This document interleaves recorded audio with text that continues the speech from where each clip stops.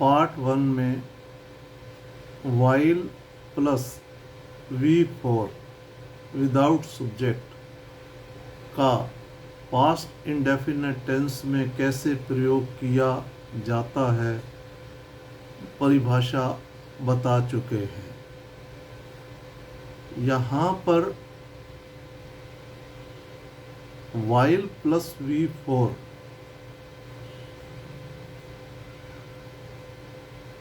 के वाक्यों का अभ्यास कराने के लिए कुछ उदाहरण प्रस्तुत किए जा रहे हैं और साथ में वाइल की कुछ विशेषताएं भी बताई जा रही हैं।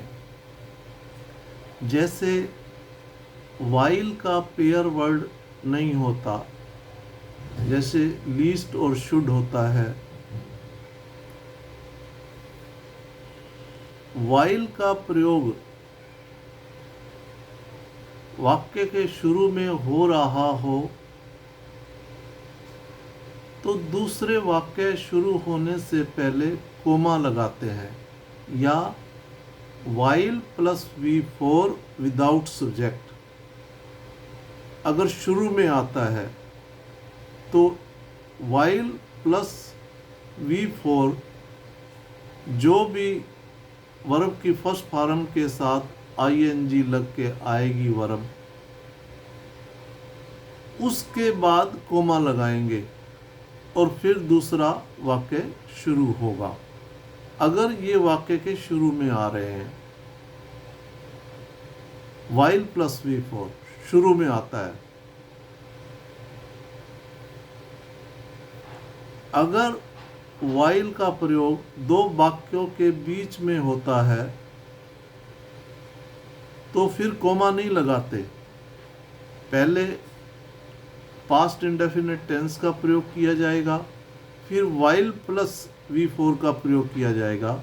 तो वाइल दोनों वाक्यों के बीच में आ गया तो तब कोमा नहीं लगाते। कई बार हम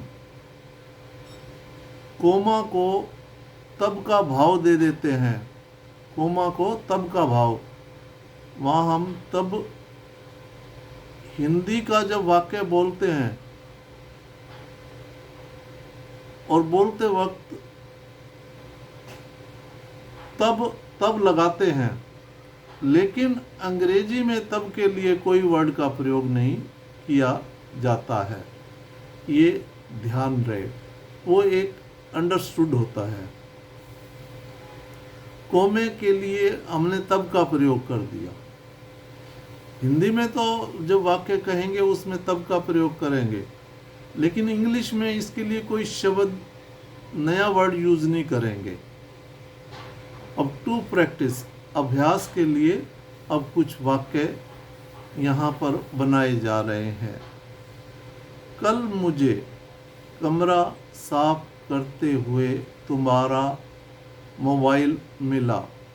yesterday I found your mobile while cleaning the room. अब वाइल के बाद अब क्लीनिंग V4 का प्रयोग किया गया है।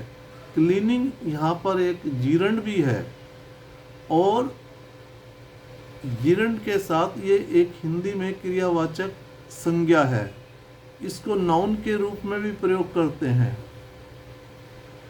अब यस्टरडे जिस वाक्य में आ गया वो तो बिल्कुल साफ है, उसको पास्ट इंडेफिनिट टेंस में बनाना है। यस्टरडे का मतलब होता है बीता हुआ कल, और फाइंड की सेकंड फॉर्म फाउंड है।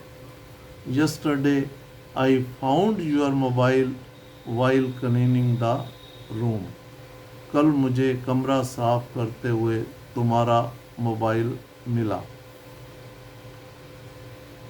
घर जाते हुए मैंने मिठाइयाँ खरीदी।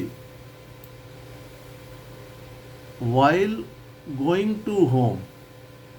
अब वाइल प्लस V4 गोइंग का वाक्य के शुरू में प्रयोग किया गया है, इसलिए अब कोमा लगाएंगे।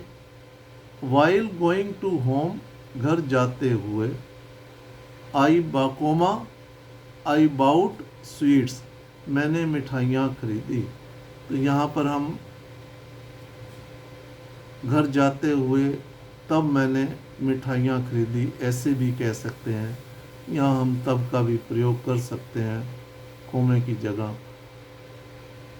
जो कोमा लगाया उसको तब में रिप्लेस कर सकते हैं। लेकिन इंग्लिश में यहाँ पर तब के लिए कोई वर्ड यूज़ नहीं करेंगे। कार चलाते हुए मैंने एक दुर्घटना देखी। आई सा an accident while driving A car. अब वाइल देखो बीच में आ गया है। आई सा an accident while driving A car, car चलाते हुए मैंने एक दुर्घटना देखी। तो जब बीच में वाइल का प्रयोग आ गया दोनों वाक्यों के, तब कोमा नहीं लगाते हैं।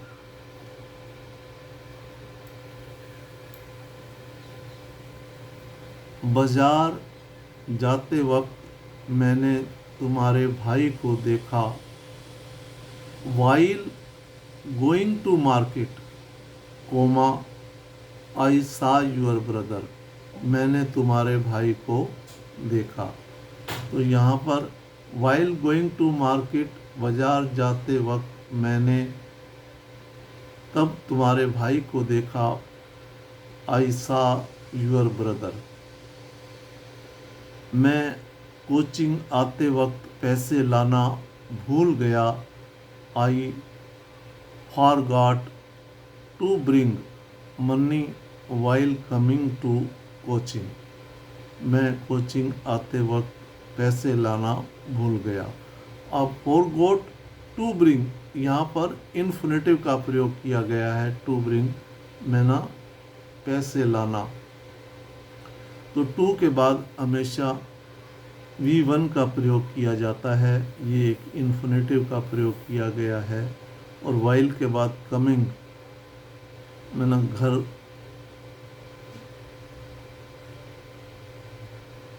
मैं कोचिंग आते समय, while coming to coaching, coaching आते समय I forgot to bring money, पैसे लाना भूल गया। मेरे पैर पर चोट लग गई क्रिकेट खेलने के दौरान। I hurt my leg while playing cricket, cricket खेलते समय या क्रिकेट खेलने के दौरान मेरे पैर में चोट लग गई। अब के दौरान के लिए हम ड्यूरिंग का भी प्रयोग कर सकते हैं, लेकिन ड्यूरिंग का प्रयोग करते वक्त ड्यूरिंग के बाद हमें नाउन का प्रयोग करते हैं और वाइल के बाद हम वर्ब लगाते हैं V4। पानीपत जाते समय मुझे राहुल मिला। Rahul met me while going to Panipat, Panipat जाते समय मुझे राहुल मिला। मीट की सेकंड फॉर्म मेट है।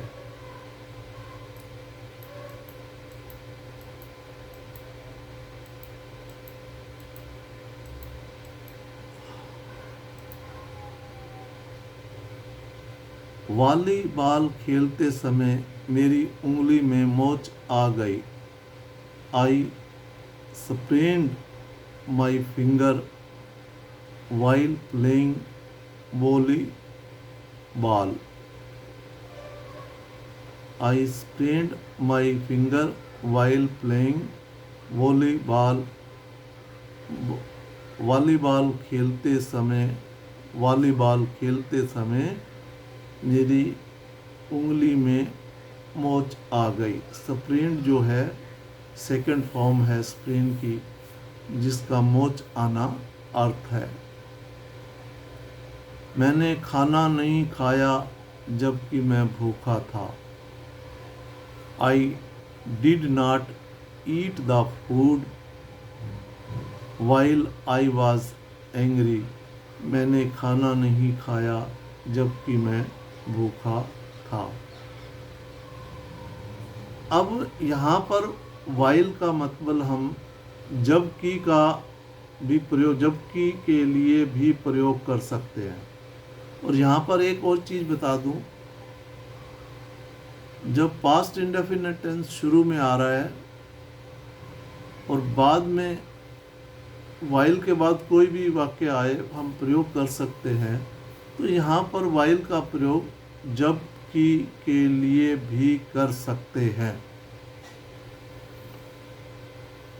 गरिमा चलते चलते फिसल गई, गरिमा स्लिप्ड वाइल वॉकिंग, गरिमा चलते चलते फिसल गई। अब स्लिप्ड जो है ये वर्ब की सेकंड फॉर्म है। वह गिर गया जब वह खेल रहा था।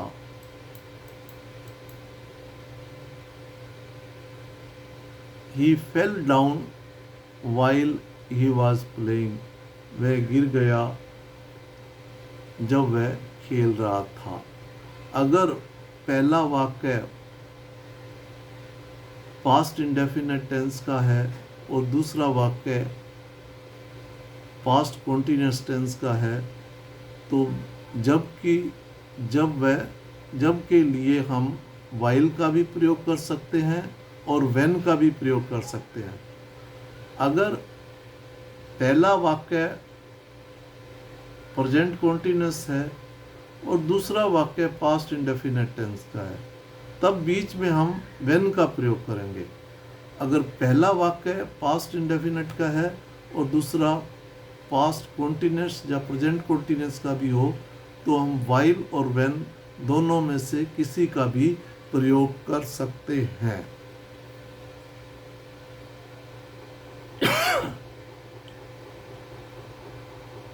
मैं खाना खा रहा था, इसी बीच पापा आ गए। आई ईटिंग द फूड मीनवाइल पापा केम। इसी बीच के लिए हम मीनवाइल का प्रयोग करते हैं। आई ईटिंग द फूड, मैं खाना खा रहा था। तो यहाँ पर हम बाज लगाना छोड़ गए, तो इसको अब हम यहाँ पर टाइप कर देते हैं।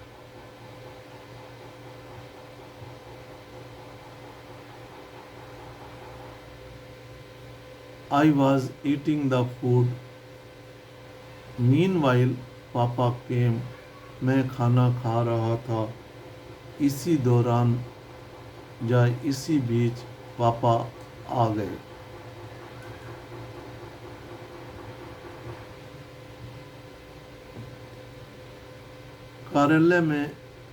कार्यालय से वापस आते हुए वह बर्गर ले आया। While coming from ऑफिस, अब वाइल का प्रयोग शुरू में आ गया है, तो यहाँ ऑफिस के बाद हम कोमा लगाएंगे, जैसा कि हम ऊपर बता चुके हैं। कार्यालय से वापस आते हुए, while coming back from office, he brought burger. कार्यालय से वापस आते हुए वह बर्गर ले आया। ही ब्राउट बर्गर, वह बर्गर ले आया। इस प्रकार पास्ट इंडेफिनिट टेंस में वाइल प्लस V4 का विदाउट सब्जेक्ट प्रयोग करते हुए टू प्रैक्टिस, अभ्यास के लिए कुछ वाक्यों का यहाँ पर उल्लेख किया गया है, ताकि इस प्रकार के अगर वाक्य आते हैं तो आप आसानी से बना सकें।